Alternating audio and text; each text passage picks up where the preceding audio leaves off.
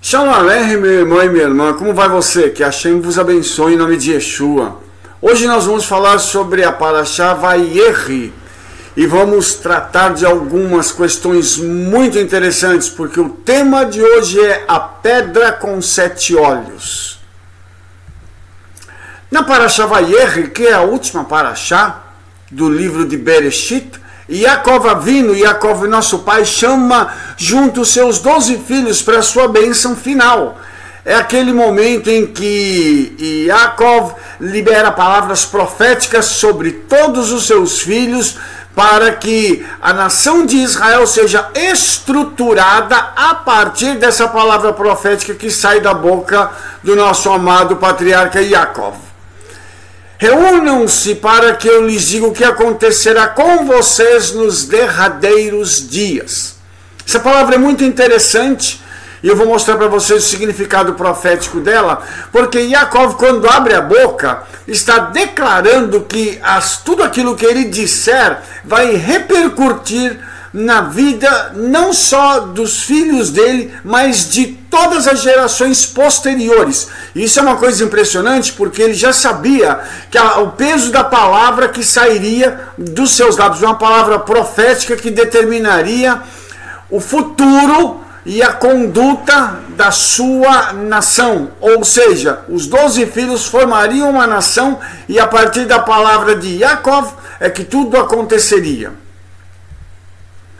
As palavras nos derradeiros dias traduzem o hebraico Be'aharit Yamim, ou seja, nos últimos dias, profeticamente referindo-se ao fim da era atual e ao início da era messiânica. Quando Yaakov fala de suas bênçãos sobre as 12 tribos, ele se instala em Yosef, de quem ele diz: os braços de Yosef foram feitos ágeis pelas mãos do poderoso de Yaakov. De lá o pastor, a pedra de Israel. Interessante porque Yaakov, quando ele começa a profetizar, os nossos sábios dizem que essas profecias, elas referem-se inclusive à era messiânica, ou seja, ao primeiro momento da vinda de Mashiach, quando ele estaria trazendo algo diferenciado para essas 12 tribos, e quando ele toma Yosef para fazer a bênção sobre ele, ele diz que isso seria feito pelas mãos do poderoso de Jacó.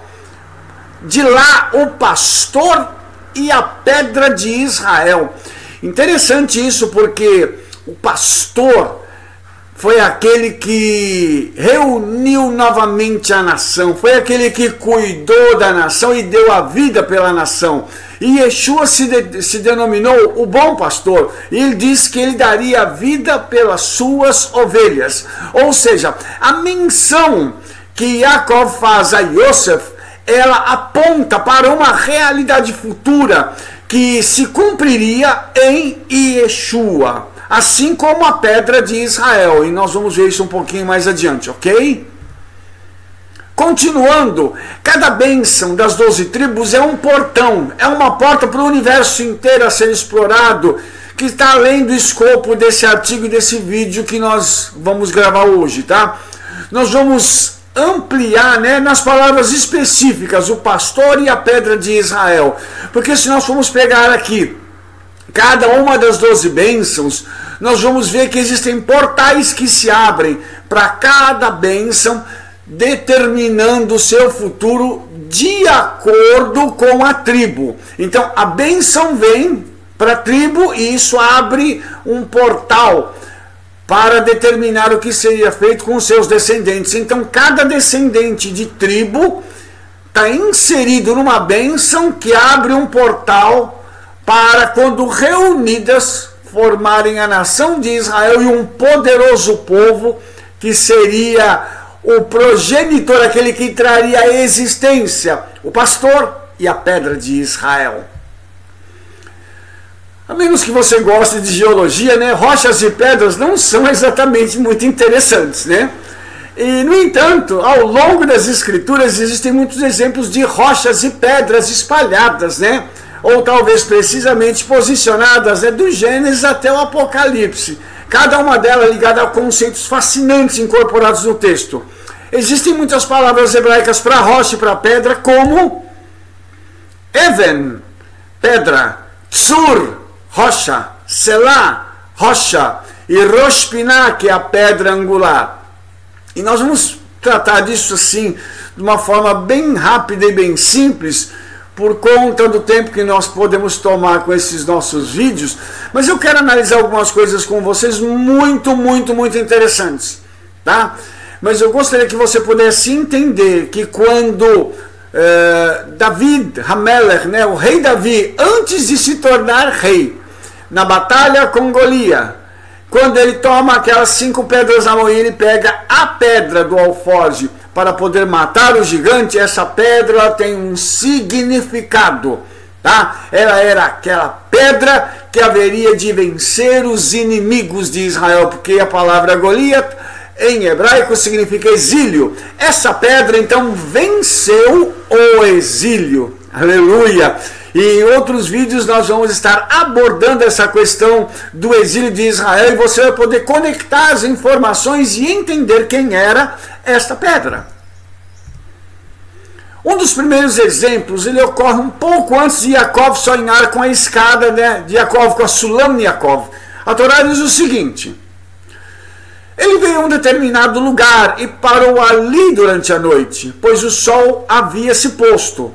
Tomando uma das pedras daquele lugar, ele a colocou embaixo da cabeça e deitou-se naquele lugar.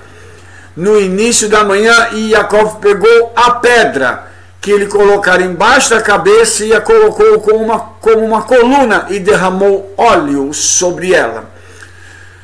Nós vamos analisar esse texto porque Yaakov toma pedras e ele pega e se cerca dessas pedras. Só que ele coloca sobre a cabeça e se deita sobre essas pedras, tá? Ou sobre essa pedra.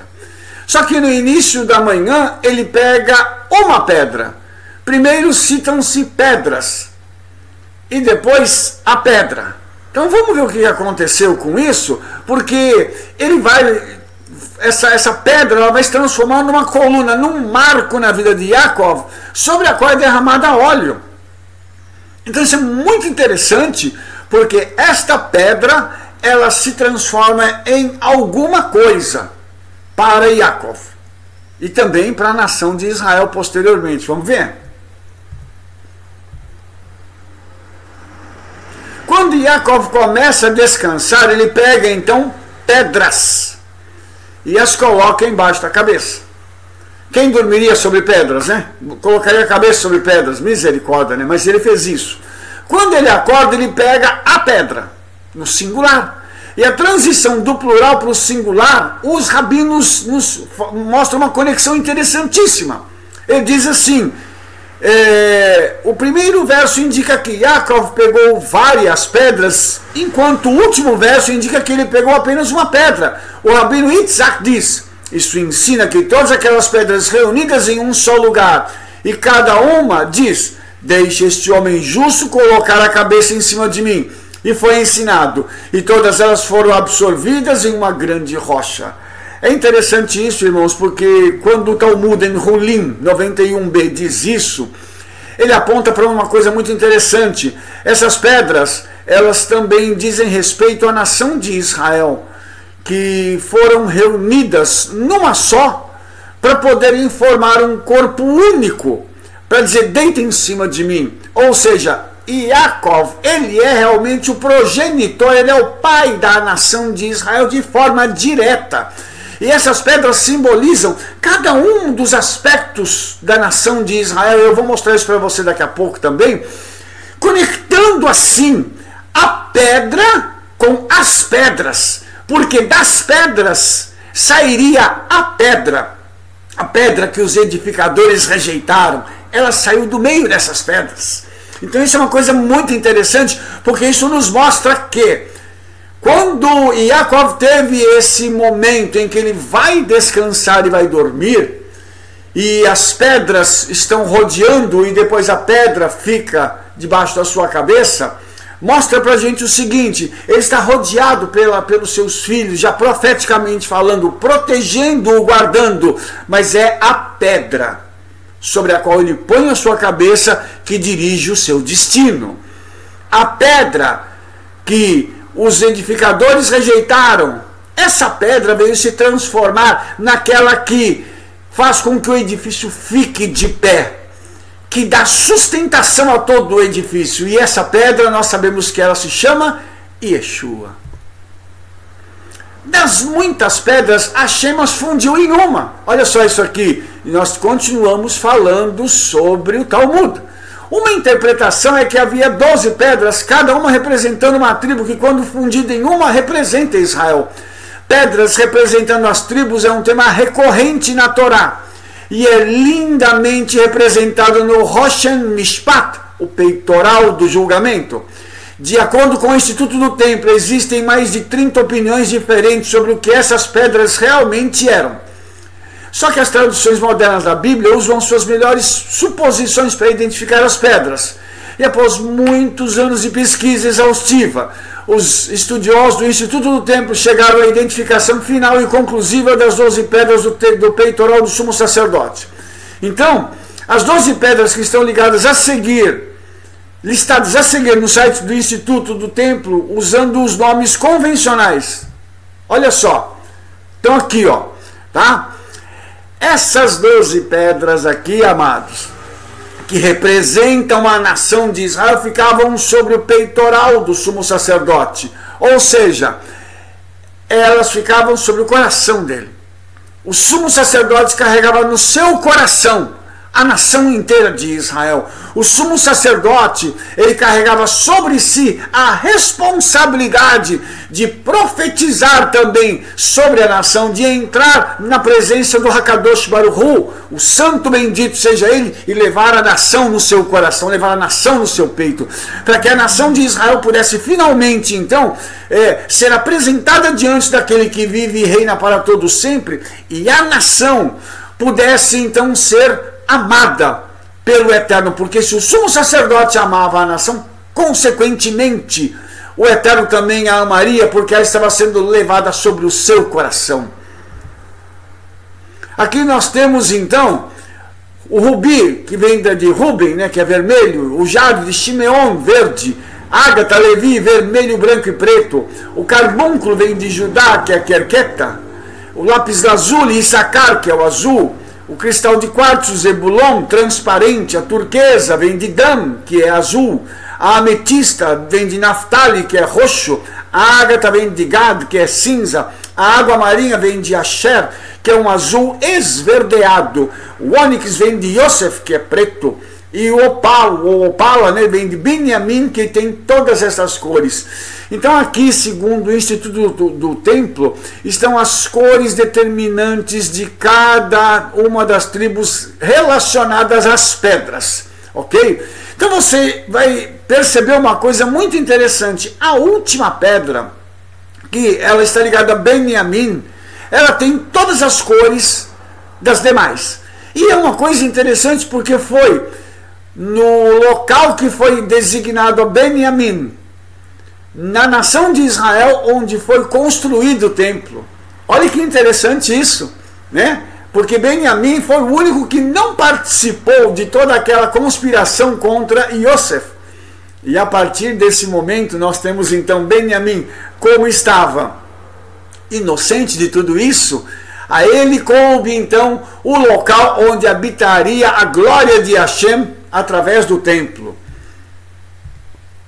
Estas 12 pedras também são as mesmas da Nova Jerusalém, da Hadashah Yerushalayim.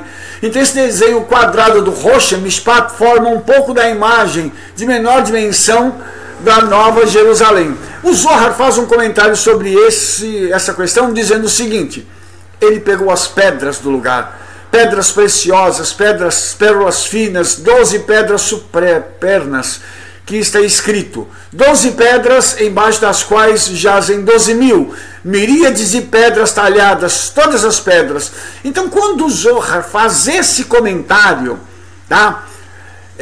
O Zohar está apontando para a Hadashah Yerushalayim, porque você imagina que Yaakov estava pegando pedras, tá? Não diz que tipo de pedras eram, mas o Zohar declara que eram pedras preciosas, que eram pérolas finas, tá? Pedras sobrenaturais que estavam ali à disposição de Yaakov e ele deitou sobre elas.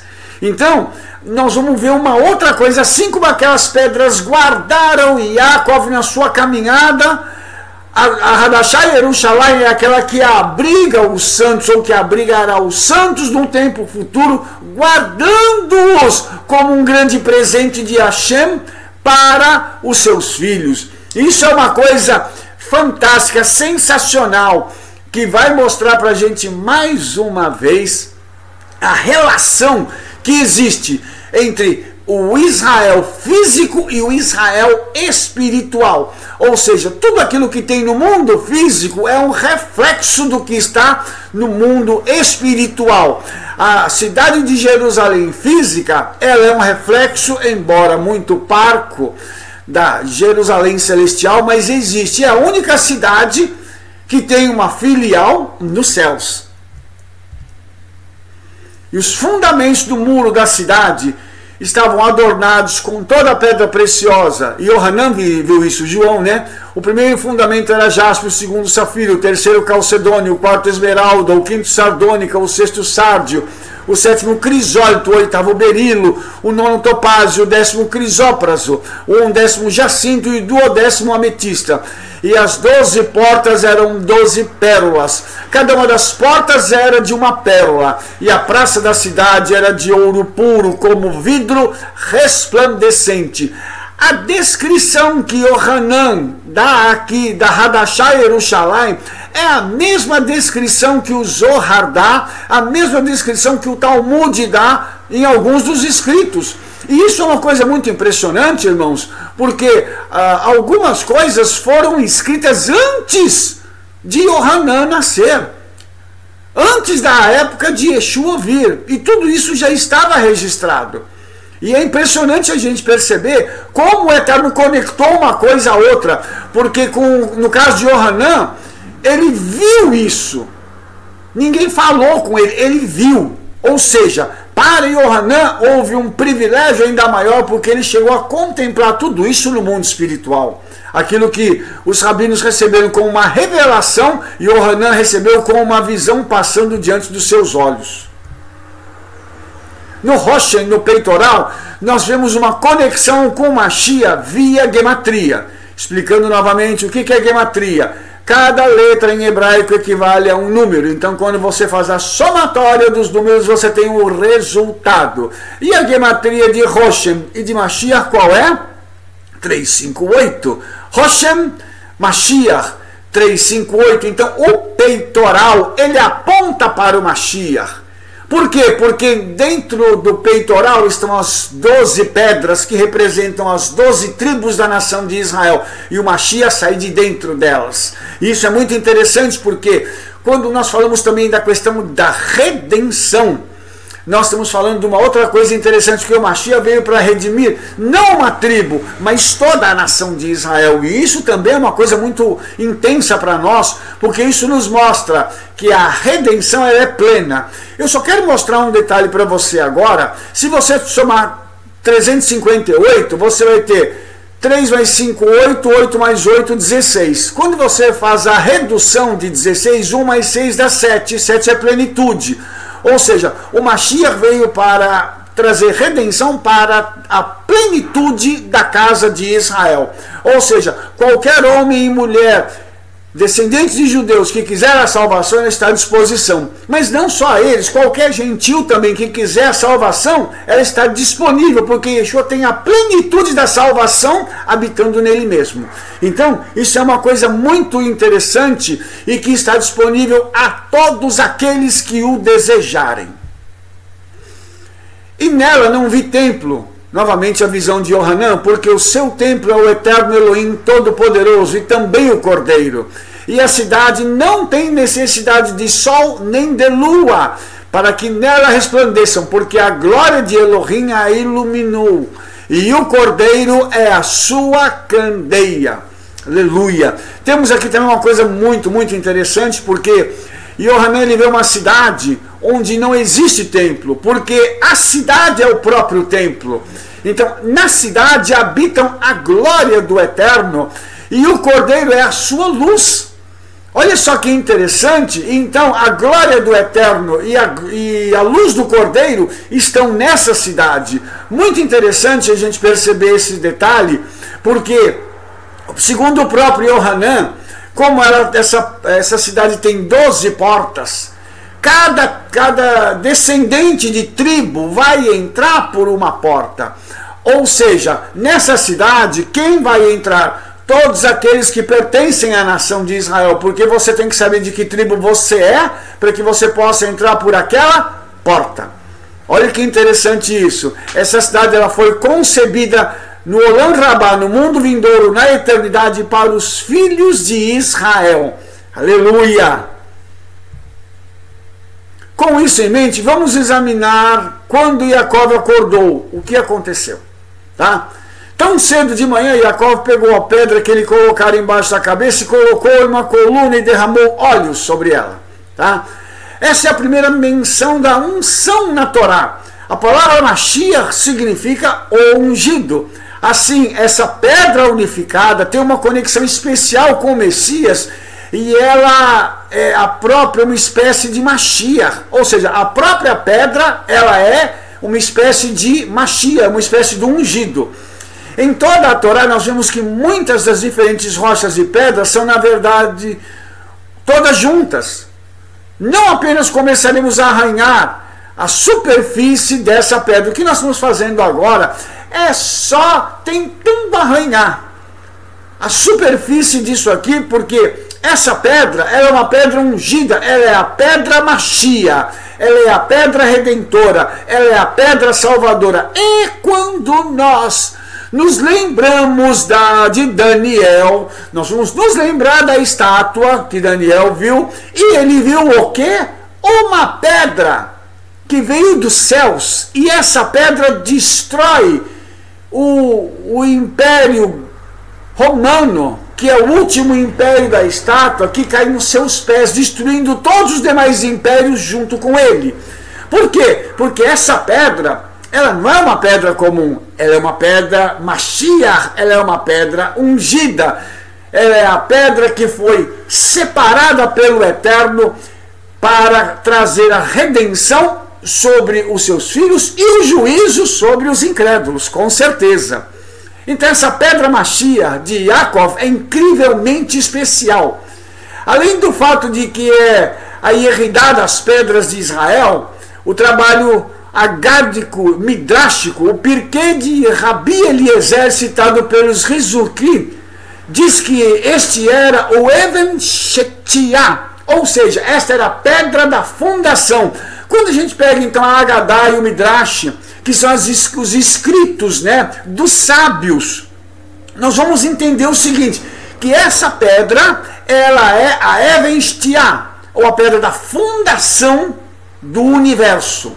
Então ele pegou a pedra, de acordo com os sábios de Pirkei de Rabi Eliezer, no capítulo 35, esta pedra foi conhecida nas gerações posteriores como Even Shetiah, que simboliza o mundo global como uma pedra mística, no local onde a Arca Sagrada havia estado no Santo dos Santos durante o primeiro templo. Olha só que interessante. Segundo os nossos sábios, o local ali onde Jacob estava é o local onde depois foi construído o templo de Jerusalém. Então isso é muito interessante, porque a pedra que ele tomou ali e ungiu é a pedra que depois vai ser conhecida como Even Shetiah, ou a pedra da fundação, que representa o Mashiach. Inclusive, em Jerusalém essa pedra existe até hoje, ela está lá. E essa pedra ela tem uma particularidade, porque ela tem um furo nela. E ela também é conhecida como pedra perfurada. Olha só que interessante, qual é o único homem que foi perfurado para trazer a redenção da humanidade?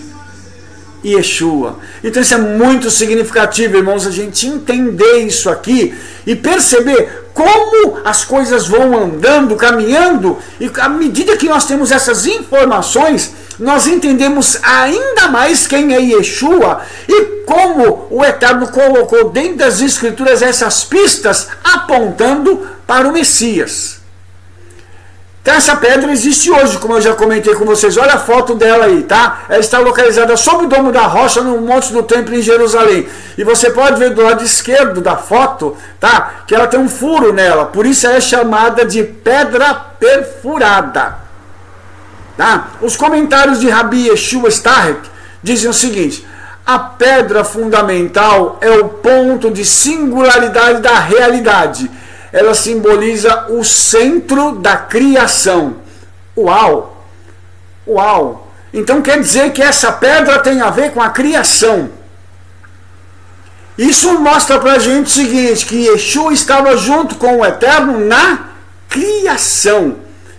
Quando o Eterno falou, a palavra que trouxe tudo à existência é Yeshua.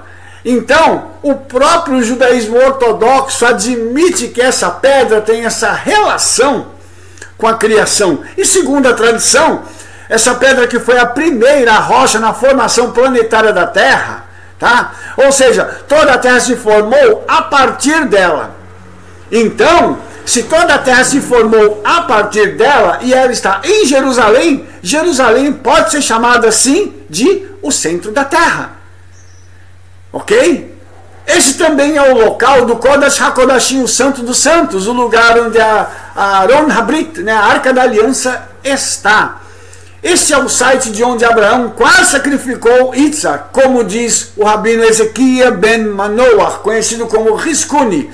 Segundo a tradição, essas pedras faziam parte do altar em que seu pai Yitzhak havia sido preso por ocasião da Keidah. Tá?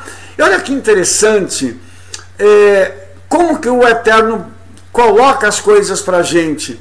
Porque o local onde Abraão vai sacrificar Yitzhak, tá? Segundo a tradição, aquele altar ali é o altar onde estavam essas pedras para poder fazer isso. Só que ele não é sacrificado. Quem aparece no lugar para morrer pelo nosso querido patriarca Yitzhak? Um cordeiro. Uau! Então esse lugar é o local onde o cordeiro foi sacrificado. E se você pegar hoje a história de Israel, você vai ver que Yeshua foi sacrificado muito próximo desse local. Então, apontando para uma realidade que ocorreria no futuro. A palavra Even, para rocha, é composta de 3 letras. Aleph, Beit e Nun final. O Reb Nachman, seguindo o Rashban, comenta que a palavra é uma combinação das palavras Av e Ben. Ou seja, dentro de Even, que é pedra, nós temos então o pai e o filho. Então, Gênesis 49, 24 comenta: este é, daí o pastor, e o Even, a rocha de Israel. Então, Even, como ele é composto de pai e filho, essa afirmação ela é completa, porque o pai e filho, eles trabalham como um. Pois uma meia declaração pode corresponder somente ao filho, mas a declaração completa do pai e do filho como um, eles atuam como um. Eles são 2 pessoas distintas, mas eles atuam como um. Tudo aqui está englobado e através disso pode-se chegar ao conceito do pastor como acima. Então, o pastor que esteve em Israel aprendeu a pastorear com o seu pai, que é o pastor que está no Olam Rabá. Então, este é o significado de, a partir daí, o pastor, o mundo de Israel. Quando Rav Nachman de Breslov escreve estas palavras, ele está apontando para uma realidade que nós conhecemos bem. Nós sabemos que Yeshua veio sob as ordens do Pai. O Filho vem com a autoridade do Pai para se transformar no pastor de Israel. Mas ele, além de pastor, ele é a rocha de Israel, porque ele está representando o seu Pai. Ele veio em nome do Pai. Ou seja, ele vem com toda a autoridade do Pai. Por isso é tão interessante a gente perceber o quanto a conexão entre Yeshua e o Pai foi forte. Porque Yeshua veio para cumprir a missão de resgate dada a ele pelo Pai. Aqui nós temos então, finalizando, né? A palavra Even, stone, que é pedra, Ben, o filho, e Av, o pai. Pai e filho interligados, juntos, para poderem realizar a missão da redenção final da humanidade. Sabendo então que a Even Shtia é a fundação do mundo, agora nós podemos ler Provérbios sobre uma nova luz. O Tzadik é a fundação do mundo. Quem é o Tzadik? Ele é o justo. E ele tem uma conexão com essa Even Shtia, que é a pedra da fundação do mundo. Este é no mérito dele que o mundo permanece. Ou seja, como a gente faz hoje? Todas as vezes que nós oramos em nome de Yeshua. As nossas orações ou começam ou terminam assim. Porque nós hoje nos abrigamos nos méritos de Yeshua, naquilo que ele fez por nós, porque ele é Hatzadik, ele é o justo. Aquele justo que morreu e depois ressuscitou, para que eu e você pudéssemos ter vida e a vida em abundância. Baruch Hashem, que o Eterno abençoe sua vida. Eu espero ver você no nosso próximo vídeo. Se você gostou do vídeo, favorite aí, dê um like aí e aproveite e espalhe para todo mundo a notícia do trabalho que nós estamos fazendo. Divulgue o nosso trabalho em nome de Yeshua, tá? Te vejo no nosso próximo vídeo.